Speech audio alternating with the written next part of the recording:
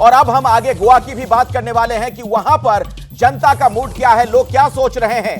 अभी जो सर्वे किया गया 80 वोटर की ओर से, उसका क्या इशारा है ये हम समझेंगे। आइए मैं आपको डेटा सेंटर लिए चलता हूं मेरी सहयोगी शिरीन के पास। बिल्कुल अखिलेश, देखिए गोवा की 2 सीटें हैं, लेकिन उससे पहले मेरे पीछे आप ये देख लीजिए दूधसागर वाटरफॉल, जिसे देश का 5वां सबसे बड़ा वाटरफॉल भी कहा जाता है, पर्यटकों के लिए विशेष आकर्षण का केंद्र रहता है और सबसे दिलचस्प बात यह है कि 2 राज्यों को जोड़ने का काम भी करता है। बहरहाल अब देखिए इन 2 सीटों में सबसे पहले वोट शेयर की बात कर लेते हैं। तो एनडीए गठबंधन को 46% वोट शेयर जा सकता है, सर्वे ये कहता है। और ये तस्वीर गोवा की है। गोवा जहां पर 2 सीटें हैं, लेकिन ये सीट बहुत दिलचस्प है। आप जरा सीटें देख लेते हैं कि इन 2 सीटों में से किसे कितनी सीटें मिल सकती हैं। दोनों किसी एक के खाते में जा रही हैं या फिर एक एक सीट जा रही है, आपके सामने वो भी तस्वीर सामने रख देते हैं। गोवा को लेकर आखिर जनता का मूड क्या है, आखिर जनता क्या कह रही है कि गोवा में इस फाइनल ओपिनियन पोल में ये देखिए इंडिया गठबंधन और एनडीए दोनों को एक एक सीट मिलती दिख रही है। 2 सीटों का ये पूरा जो सर्वे में निकलकर सामने आया है, एक सीट एनडीए गठबंधन और दूसरी सीट इंडिया गठबंधन को मिल सकती है। तो गोवा का ये फाइनल ओपिनियन पोल। अखिलेश बिल्कुल, इस पर भी बातचीत करते हैं अपने मेहमानों के साथ। यहां पर मुकाबला राधिका जी टाई होता हुआ नजर आ रहा है, आपके लिए थोड़ी राहत वाली बात है।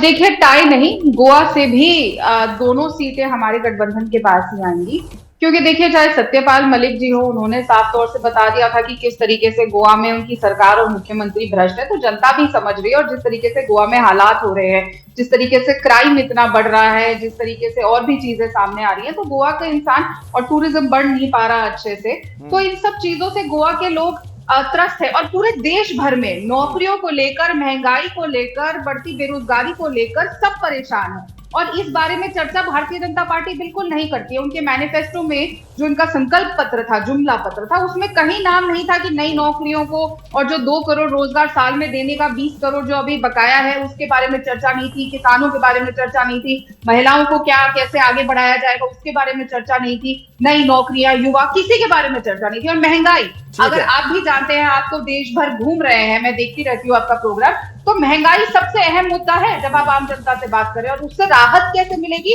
इसके ऊपर कोई चर्चा नहीं है, उसके ऊपर कोई प्लानिंग नहीं है। संकल्प पत्र आया, बढ़िया बढ़िया फोटो आई मोदी जी की, पर उससे मैं जवाब लेता हूं जफर इस्लाम साहब से। जफर इस्लाम साहब, ये सर्वे तो कह रहा है कि गोवा में मुकाबला टाई हो रहा है 1-1, लेकिन राधिका जी का कहना है कि 2-0 से जीत रही है गोवा में ये मुकाबला। वो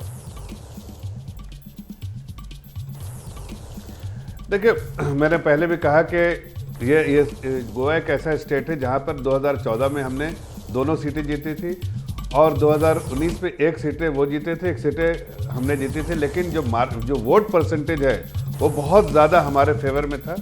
इस बार भी देखिए वैसे ही रहेगा, और मुझे लगता है कि जो थोड़ी सी कसर रह गई होगी 2019 में, वो इसको इस बार पूरे तौर से ठीक कर देंगे मुकम्मल तौर से, और हम दोनों सीटें जीतने में कामयाब हो गए। इसलिए कि छोटे से मार्जिन से हम हारे थे ज़रूर 1 सीट, लेकिन हमने पूरी कोशिश की है कि वो जो कमी थी उसकी भरपाई की जाए। और मतलब इस बार आपको भी जिस तरह से आशीर्वाद दोनों, इसका मतलब आपको भी लग रहा है कि आप दोनों सीटें जीत लेंगे, जैसे राधिका जी को लग रहा है। जी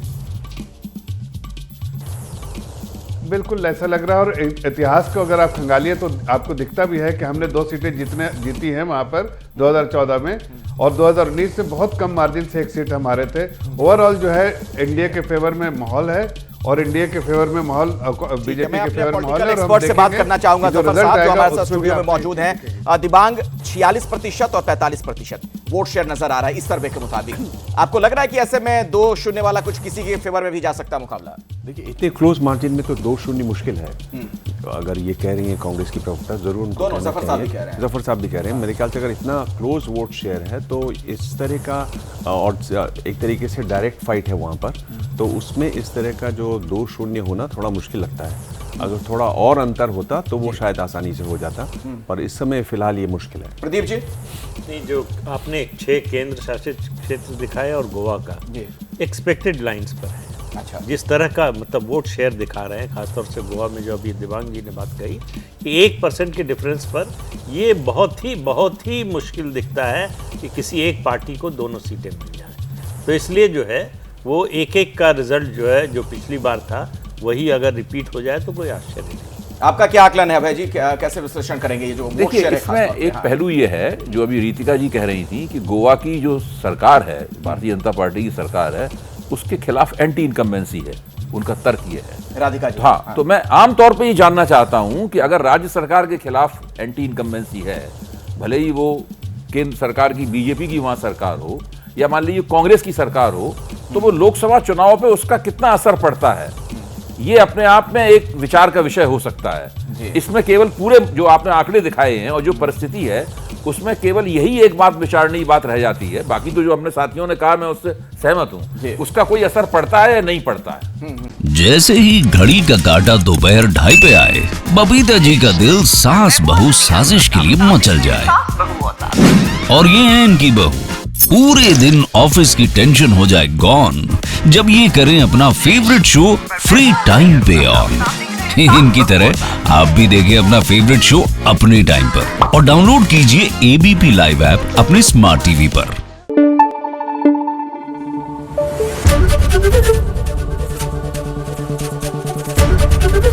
एबीपी न्यूज आपको रखे आगे।